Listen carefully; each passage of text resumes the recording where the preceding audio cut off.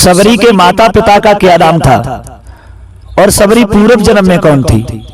जय श्री राम दोस्तों, दर्पण ज्ञान गंगा यूट्यूब चैनल में आपका फिर से स्वागत है। दोस्तों, आज की वीडियो बहुत ही ज्ञानवर्धक एवं रहस्यमयी है। इस वीडियो में हम बात करेंगे सबरी के बारे में। बंधु, कुछ दिन पहले एक कमेंट आया था रामगिलाल गोस्वामी की तरफ से। रामगिलाल गोस्वामी ने कमेंट किया था कि सबरी के माता पिता का नाम बताओ। सबरी के माता पिता का नाम क्या है? तो आइए दोस्तों, इस वीडियो में बात करते हैं कि सबरी के माता पिता का क्या नाम है और ये सबरी पूर्व जन्म में कौन थी। तो ये जानने के लिए हमारी वीडियो की समाप्ति तक बने रहें। दोस्तों, बात उस वक्त की है जब भगवान श्री राम का जन्म भी नहीं हुआ था।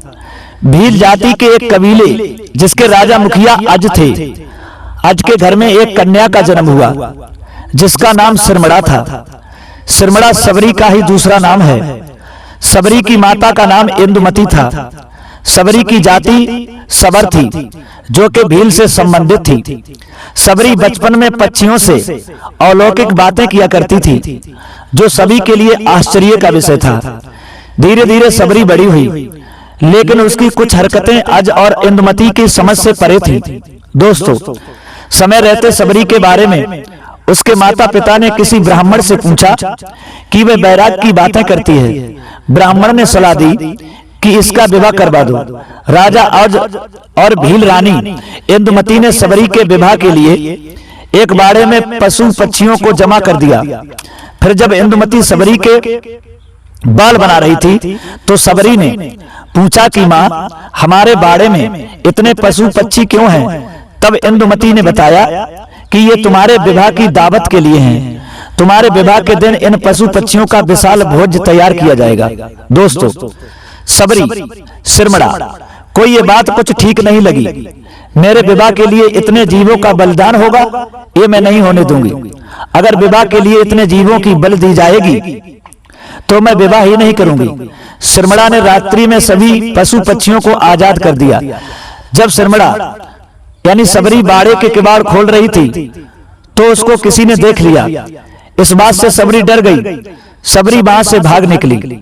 सबरी भागते भागते ऋषिमुख पर्वत पर पहुंच गई जहां पर 10,000 ऋषि रहते थे। सबरी को इस बात का अनुमान नहीं था कि वे निचली जाति की है और ऋषि उनको अपने आश्रम में स्थान नहीं देंगे। दोस्तों, इसके बावजूद सबरी छुपते हुए कुछ दिनों तक जब तक वह पकड़ी नहीं गई, रोज सवेरे ऋषियों के आश्रम में आने वाले पत्तों को साफ कर देती थी और हवन के लिए सूखी लकड़ियों का बंदोबस्त भी कर देती थी। बड़े ही भाव से सबरी संविधाओं से लकड़ियों को ऋषियों के हवन कुंड के पास रख देती थी। कुछ दिनों तक ऋषि समझ नहीं पाए कि कौन है जो उनके सारे नित्य के काम निपटा रहा है, कहीं कोई माया तो नहीं है। फिर जब ऋषियों ने अगले दिन सवेरे जल्दी सबरी को देखा तो उन्होंने सबरी को पकड़ लिया।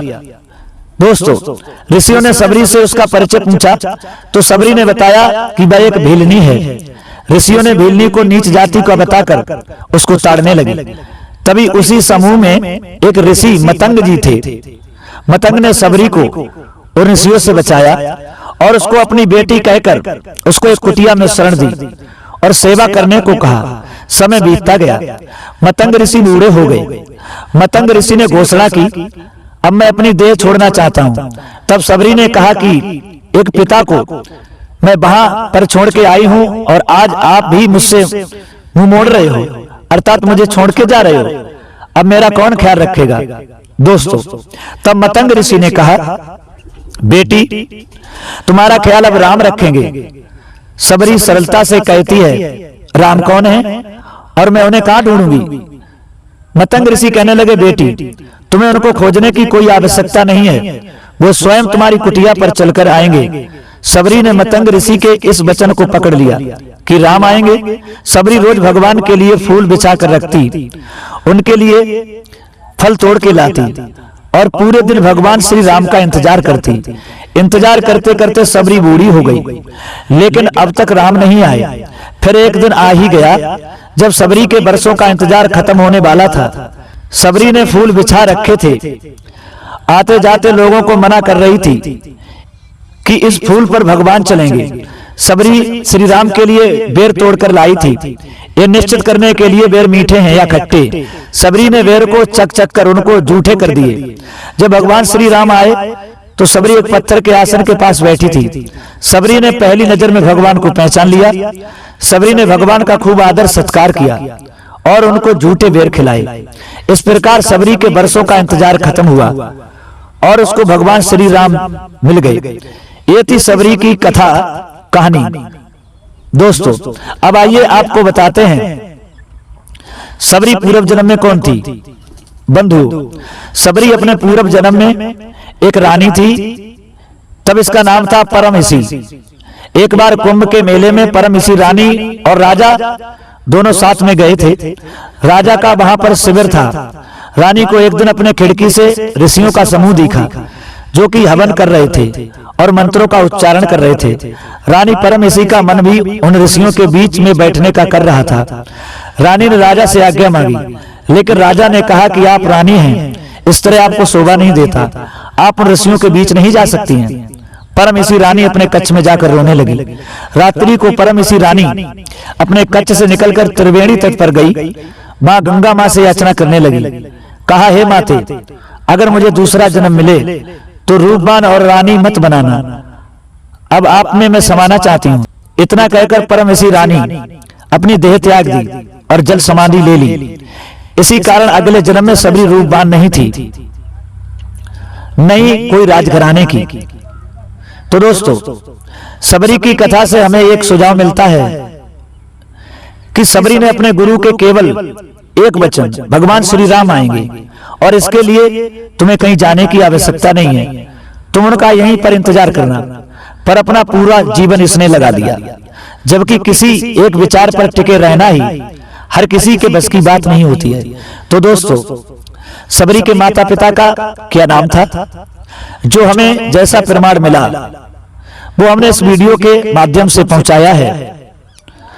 और ये पूर्व जन्म में कौन थी ये भी हमने इस वीडियो में बताया है। अगर इसमें कोई गलती हो या ये आपके समझ से अगर परे है तो माफ करना।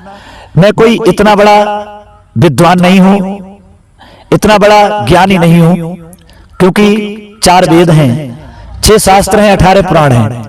सबका अध्ययन करना हर किसी के बस की बात नहीं है, क्योंकि वेदों का, पुराणों का और शास्त्रों का प्रत्येक का अध्ययन करने के लिए बहुत कुछ चाहिए और वैराग्य भी थोड़ा करने के लिए चाहिए, यानी समय भी चाहिए।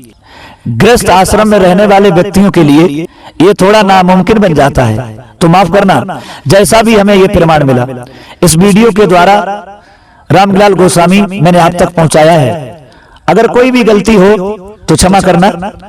और अगर ये प्रसंग आपको समझ में आया है तो निवेदन है कि हमारी वीडियो को लाइक कर देना, कमेंट बॉक्स में जरूर बताना और हो सके तो दूसरों को भी शेयर करना। फिर मिलते हैं अगली वीडियो में किसी नई ज्ञान चर्चा के साथ में। तब तक के लिए सब्सक्राइबर बंधुओं एवं दर्शकों के लिए जय श्री राम।